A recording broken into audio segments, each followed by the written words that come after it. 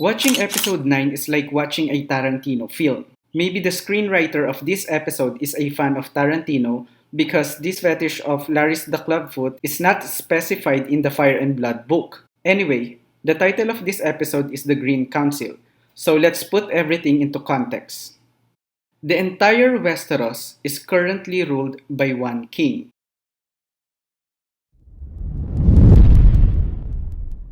And that ruler is King Viserys Targaryen. King Viserys has a daughter by the name of Rhaenyra from his first wife, Aemma.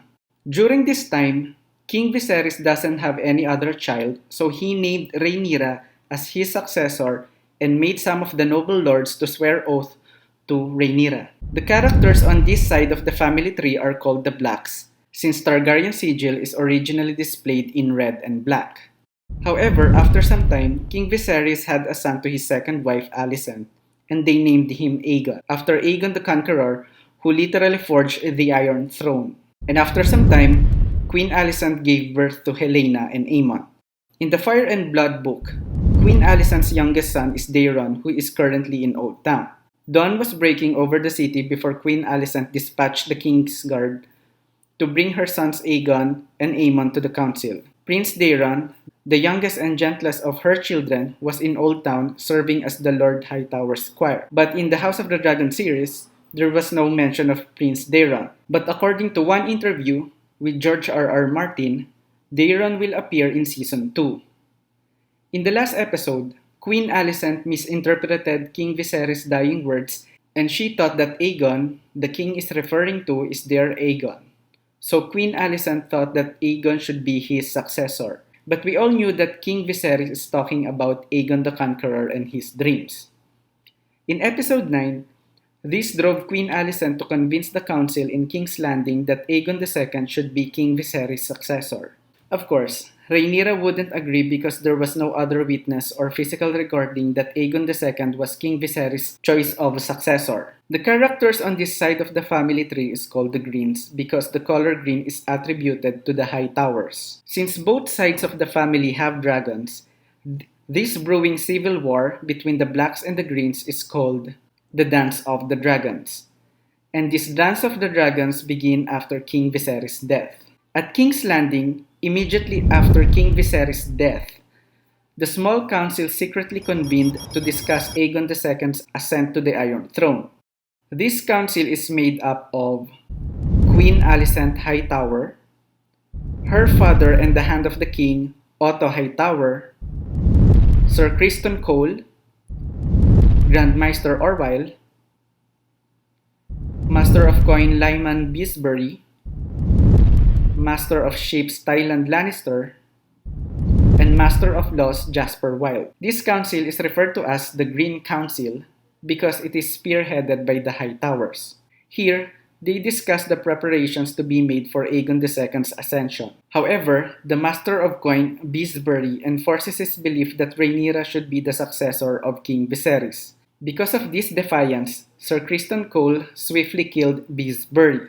In the Fire and Blood book, it was clear that the first bloodshed in the Dance of the Dragons belonged to Lyman Beesbury, but it was not clear how. In the Septon's account, Sir Criston Cole forced Lord Beesbury back into his seat and opened his throat with a dagger. In Mushroom's version, Cole grasped the old man by the back of his collar and flung him out of the window, to die impaled upon the iron spikes in the dry moat below. But the TV show gave us clarity on how Beesbury died in the hands of Sir Criston Cole. While Aegon is being summoned by Queen Alicent and Otto Hightower, Helaena delivers two prophecies in one scene. The first one is, "It is our fate to crave always what is given to another. If one possesses a thing, the other will take it away." I think this has something to do with the battle at Shipbreaker Bay, which will probably happen on the next episode. This is because if you examine the episode 10 trailer or season 1 finale trailer, there is a scene there where Aemon removes his eye patch. In the Fire and Blood book, Aemon removed his eye patch when, by accident, both he and Lucerys are in Storm's End. "Hold, Strong. First pay the debt you owe me." Then he tore off his eye patch and flung it to the floor to show the sapphire beneath. "You have a knife. just as you did then. Put out your eye, and I will let you live. One will serve, I would not blind you. In this text, Aemon is challenging Lucerys to settle his death once and for all. Going back to Helena's prophecy, this might refer to the eye possessed by Lucerys which will be taken away by Aemon. Or, this might refer to another future scene in House of the Dragon where Daemon will avenge Lucerys.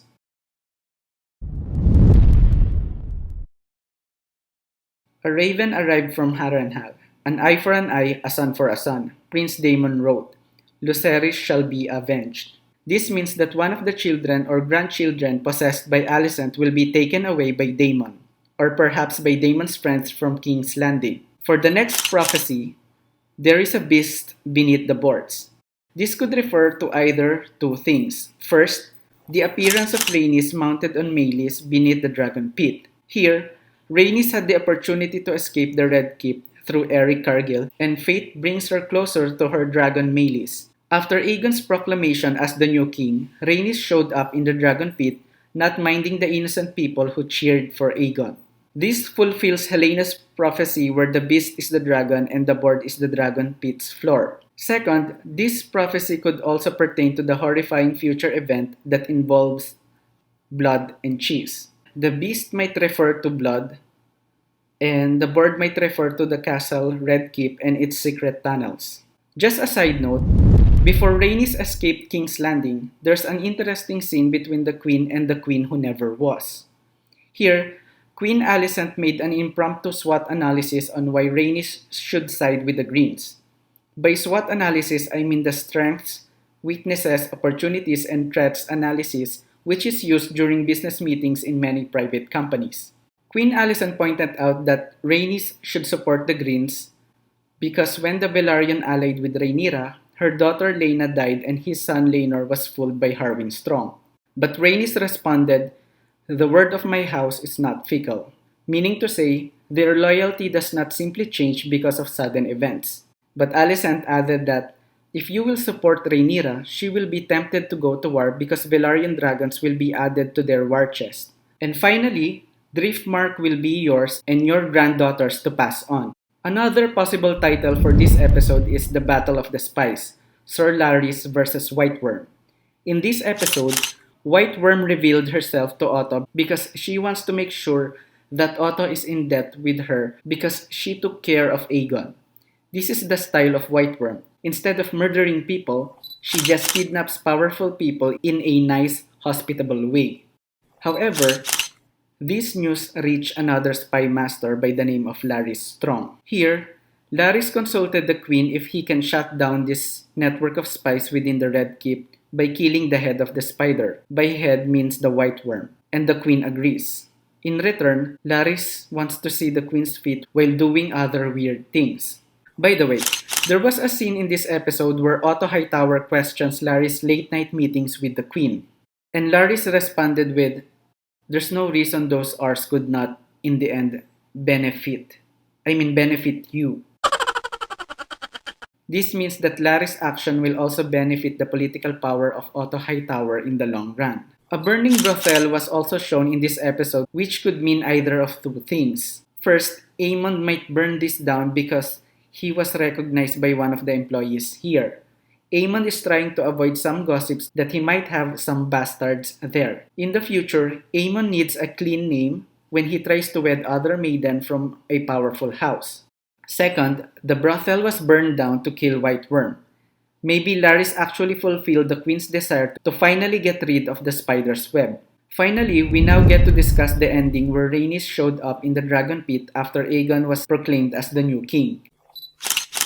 We are all waiting for that Dracarys command, but it didn't happen. I have two theories here.